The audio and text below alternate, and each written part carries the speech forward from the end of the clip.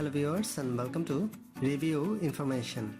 In this video I will show you how to change font size on WhatsApp.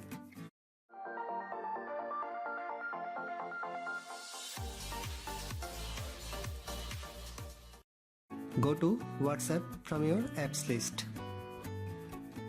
Tap on the three vertical dot from the top right corner. A drop-down menu will open.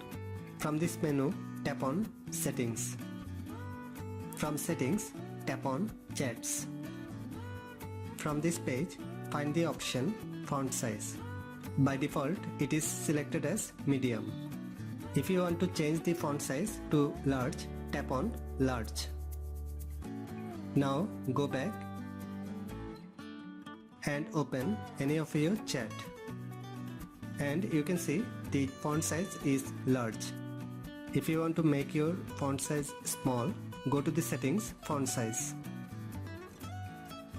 and select small. Again go to any chat and the font size is turned small. In this way you can change font size on WhatsApp. Thanks for watching. Hope you guys enjoyed my video.